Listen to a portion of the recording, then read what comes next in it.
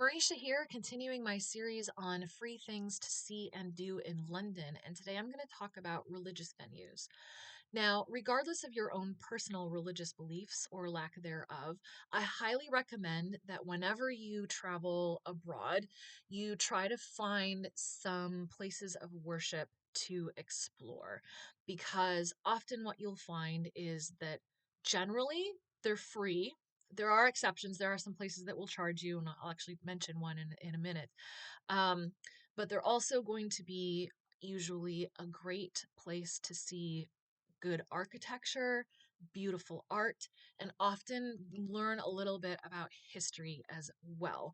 So, especially talking today about London and England, when you're talking about a country that has a state religion and where um, the state and the church have been married for basically its entire existence, then churches are going to have a lot of information about the kings and queens of the country and various like political things that happened in relation to that church. And some churches might even have like a tour guide there who is giving free tours where you can learn about some of the people that are buried in that church, for example, or whatever might be related to that church. So highly recommend it. So let's kick off with Westminster Cathedral. Now this is not to be confused with Westminster Abbey. Westminster Abbey, obviously a religious building, but it's not free, and it's I think kind of spendy. I want to say it's close to £30 admission, which I think is pretty spendy. It's definitely worth it because it's a very historically significant and beautiful building. I mean, you're talking about a place where kings and queens were coronated. You're talking about a place that has Poets Corner, where a lot of really famous writers are buried. So it's steeped in really interesting history, and you get like an audio guide when you go and things like that. But it is a lot. And so if you're looking for a free alternative or supplement, maybe you decide, yeah, I'm going to spend the money on Westminster Abbey, but for the rest of the day, I want to take it easy with what I'm paying. So a little bit further down the road is Westminster Cathedral, and this is a functioning, active cathedral. It's really big and beautiful, and it is very tourist friendly because it's free to enter, and they also don't even try to do that thing that some European churches do, which is charge a photography fee. No, you're free to just go in, wander around at your leisure, as long as there's not a service going on. Take all the pictures that you want. And because of its size, and I would say kind of the diversity and intricacy and beauty of the art that can be found in there, you could easily spend an hour wandering around looking at the art. And like many cathedrals, it has sort of little chapels along the sides, and they're themed. They have a Scottish chapel and they have an Irish chapel, for example. Some of the artwork that I remember is in one of the chapels on the ceiling, there's like a painting of Adam on one side and then a painting of Christ, the new Adam, on the other. There's another one that I think depicts like Paul and some other missionaries in a boat on their way on a missionary journey. But there's a really, like I said, I think a good variety of styles of art and the sorts of things that are depicted in the art. So I would highly recommend visiting it, especially if you happen to be obviously in the Westminster area and you're already checking out Westminster Abbey and Houses of Parliament and Big Ben. They're all right there. The next thing that I'm going to recommend is a not very well known church called St. Dunstan in the West. Now, there is a famous St. Dunstan in the East, but this is no longer a church. It was blown up in World War II, and what remains are a couple of walls, and they're really beautiful. It's like the ruins of this church, and there's like beautiful archways of where like the windows would have been, but of course the glass is long gone. But it's also been sort of overgrown with ivy, and it's now a public garden. So it's a really beautiful place to go. It's kind of well known because it's very picturesque. It's definitely the sort of place where you would take like engagement photos or something. Um, but it's not a religious venue anymore. But because it's close to St. Dunstan in the west, it would be easy to incorporate this into your day if you're in that area. What I would recommend then is maybe going to St. Dunstan in the east, kind of in the morning, before things get super busy, get some beautiful pictures, and then head down Fleet Street. On your way, stop at a pub called Ye Old Cheshire Cheese, which is one of the oldest pubs in London. Not the oldest, but pretty old because it was rebuilt shortly after the fire of 1666. There was a pub on that site dating back to 1540, I think. Um, so, especially by American standards, it's a very old pub. But what makes it also sort of well known is the fact that it was a haunt of Charles Dickens and G.K. Chesterton and Mark Twain. So, it has that literary connection. And prices are super reasonable. So, it'd be a great place to pick up some lunch and then keep going down Fleet Street to St. Dunstan in the west. Now, this is a small church and you could easily be in and out in 20 minutes tops. But why I'm recommending it is above its altar, there is a stained glass window depicting St. Dunstan pinching the devil's nose with hot tongs. And it's just such an arresting um, depiction in stained glass. When I saw it, and I didn't know anything about St. Dunstan, so I had to look it up and say like, what am I seeing? What I think I'm seeing? And indeed, apparently that's part of the folklore around St. Dunstan is he was hanging out in his smithy and the devil came to tempt him and he was like, not today, Satan. So he took hot tongs from the fire and like tweaked the devil's nose. And because so often stained glass windows are pretty static, right? It's just like some saint is just like standing there, or it's just the Madonna and child just sitting there. But this depicts kind of like an active moment. There's a sense of movement to this picture, and because Satan is like bright red, and because it's just so unexpected, I think, to see someone like pinching Satan's nose, it has this very like, and if the devil doesn't like it, he can sit on attack vibe to it. It's very amusing, and that's why I think it's worth going just to see the stained glass window. The next thing that I'm going to recommend is not actually Christian, it's Hindu.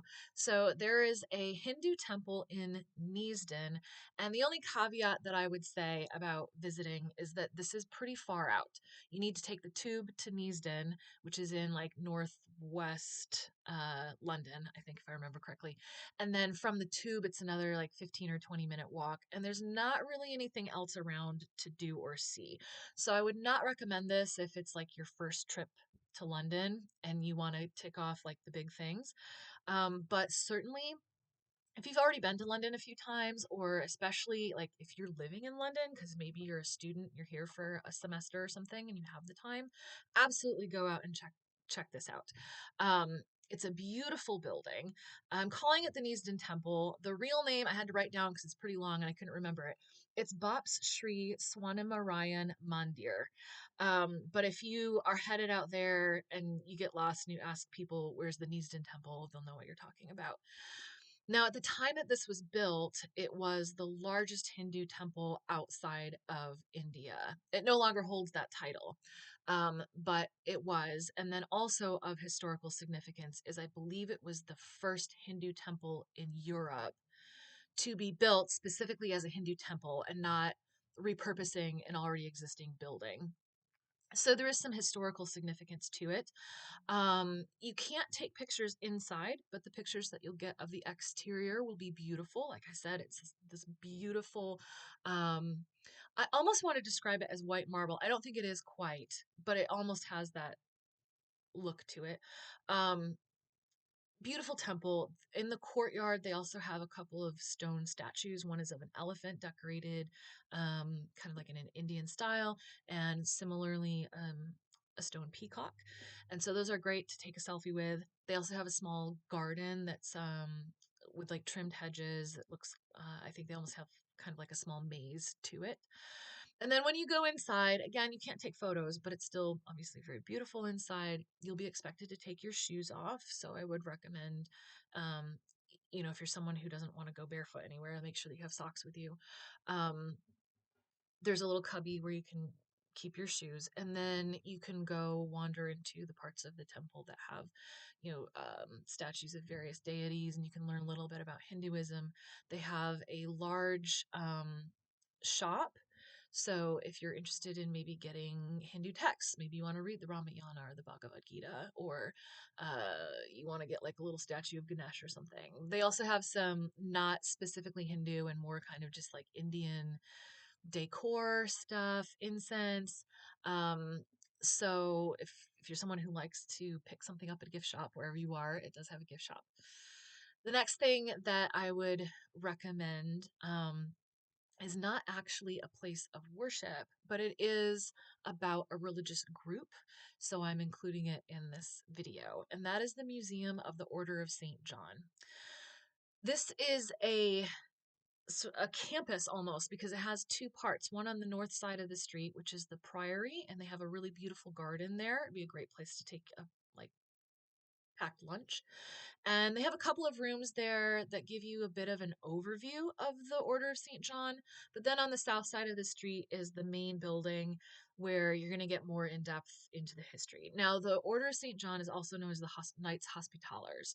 And so this is a group that was formed during the Crusades, and their mission was to build and run hospitals, particularly throughout the Holy Land, but that mission, spread over the course of their history. So they're, in a way, they're sort of tangentially related or associated to the Knights Templar because they both rose out of the Crusades and they both had a presence on Malta at some point, but they're not the same groups. So anyway, this Order of St. John, the museum, you're going to see the history of the whole order.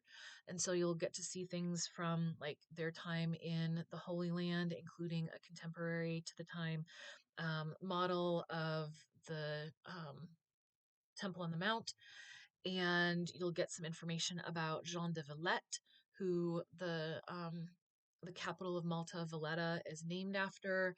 You'll see old pharmacy jars or apothecary jars that are painted and just really kind of interesting and cool to look at. You'll see a lot of really interesting kind of relics and things throughout the course of their history, and it will trace their history all the way up to modern times because they still exist. They still have a mission of kind of running hospitals and providing ambulances. It talks about kind of their work during the World Wars, for example.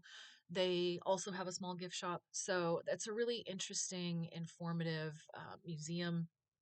Again, obviously, I know it's not a religious venue in the sense that it's not a place of worship, but because it is about a religious group, then I'm including it in this video.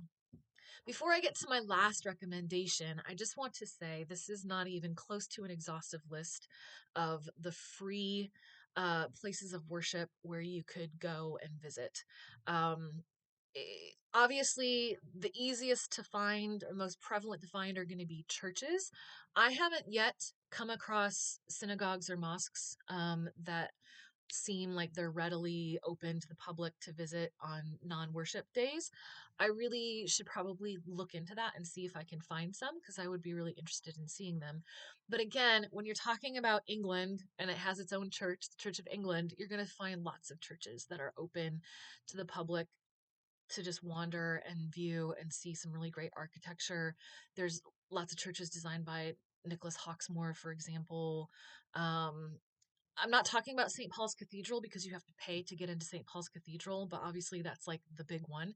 If you're interested in that sort of thing and you're willing to pay admission to go to a church, then it's worth it. And then, so if you're someone who maybe you're interested in a particular type of architecture, maybe you want to do an internet search of like Georgian churches or, Gothic churches or whatever, and you can find plenty of examples, I'm sure, throughout London that you can visit. The other thing that I want to mention before I get to my last suggestion is that there are also deconsecrated churches. And so there are some buildings that no longer function as a church, but they still retain their churchness in terms of the architecture.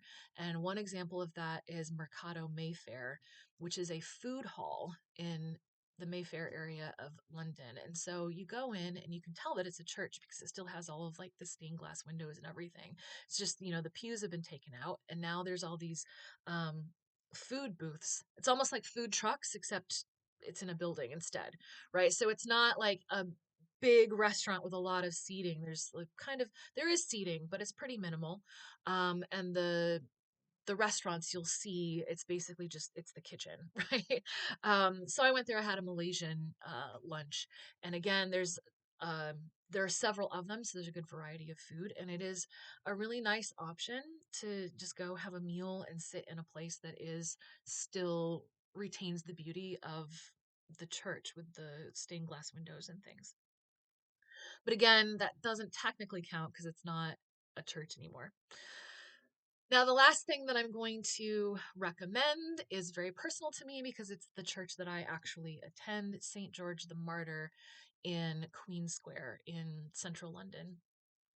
And this isn't just because, like, oh, it's my church, but I actually worked as their historian on a contract gig to look into the church history and help build the history corner. So if you go into the church, there's now a corner that has a lot of information about the church's history that you can read. Um, Before I talk a little bit about that, though, I will say that the church itself is really beautiful. On the exterior, it doesn't really look like a church unless you're approaching from a particular direction and you're far enough away to see that there's a steeple. You could easily walk by it, not really know what it is. But when you get inside, it's really beautiful. There's a beautiful big stained glass window and some like mosaics that are sort of in the style of like Byzantine art because there's just sort of like that gold background to the tiles and stuff. Um, and it's mosaics of Bible figures. There's three from the Old Testament on the left and three from the New Testament on the right, and then in the center is like a cross on the like altar that's there. Anyway, it's a really beautiful building. It has a really warm, welcoming atmosphere, and a lot of times when people come in, they will mention that, like how like welcoming and peaceful the place feels. But it's also a really, really interesting place historically. And again, I could talk about this ad nauseum because it has a ton of history. I'm just going to throw a few things at you and hopefully you'll want to go look at the history corner and learn even more. I think what most people might be aware of, because it has made its way into some tour books, is that it is the church where Sylvia Plath and Ted Hughes got married. Um, but also, in addition to that, there's a lot of other things. And so I'll tell you just about a couple of the people that are associated with our church and its history. One of our previous rectors married a woman named Florence Lees. She then became Florence Craven when she married, but Florence Lees was basically the pioneer of district nursing in London. She was really good friends with Florence Nightingale. In fact, Florence Nightingale was godmother to her children. And Florence Lees did this report of all of the hospitals in London and talked about how much did nurses in each of those places make? What things did they get in addition to their salary? How many windows were in the building? And you talked kind of about the sanitary conditions of the building. And it was basically this report to show what London hospitals were lacking and how it needed to be sort of healthcare needed to sort of be supplemented with like district nursing. We had a previous rector named William Stukeley, who was the first person to really explore Stonehenge and Avebury and say this is actually pre Roman and to sort of map it out. He also, I believe, had a hand in founding the British Museum. He was a doctor and studied under a physician named Dr. Mead, who I don't think I'm related to, but maybe I am. And Dr. Mead lived on the same street as our church, and his house later became Great Ormond Street Children's Hospital. Um, and he also treated King George II in that area. Right across from our church is a pub called the Queen's Larder. It's because Queen Charlotte kept provisions there for her husband while he was being treated. And there are actually a lot of other really interesting people and events and things associated with our church, but for the sake of brevity, I will leave it at that. And hopefully, if you make your way to London, you will stop by St. George the Martyr and take a look at the History Corner. Plenty more to come about Free London and then also some other videos that are about other things to try to break up the monotony, maybe for those who don't care about free stuff. I don't know why you wouldn't, but like, subscribe, tell your friends how gnarly this channel is, and I'll see you next time.